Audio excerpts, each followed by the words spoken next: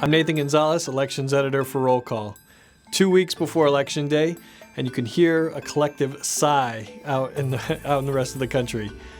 In the presidential race, former Secretary of State Hillary Clinton continues to have the advantage in the race. When you look at the national polls, she settled into about a 5 to 7 point advantage, but her strength continues to be in the Electoral College. We're changing our ratings in a number of states. We're moving the Florida and North Carolina races from pure toss-up to tilts Democratic.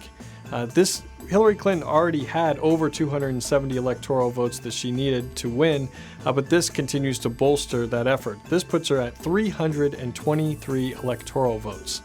There's still two toss-up states remaining, Iowa and Ohio, but even if Donald Trump were to win those, it doesn't even get him close to what he needs to win. Donald Trump and Republicans right now are worried about traditionally Republican states that could go to Hillary Clinton as well.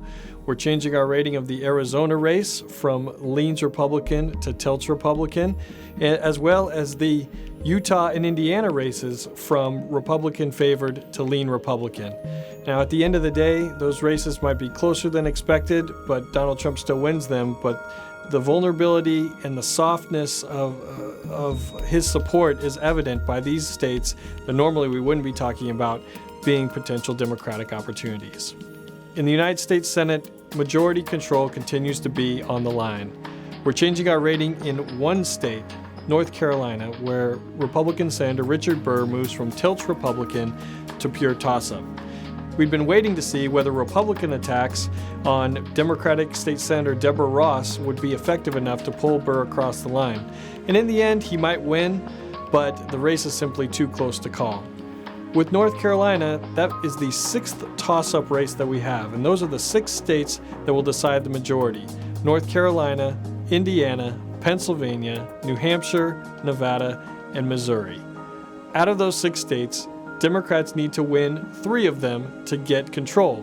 We're already assuming that they win in Illinois and Wisconsin, and those would be Democratic takeovers, so they need to win 3 of those 6. Now, you might say, well, Democrats only need 4 for control if they hold the White House, but because they hold the Nevada seat, they need to win 3 out of the 6 to get to the majority. Our range for this entire cycle has been a Democratic gain of 3 to 6 seats. That continues to be the range. It just looks like Democrats are more likely to get 4, 5, or 6 rather than 3, which would keep the chamber in Republican control.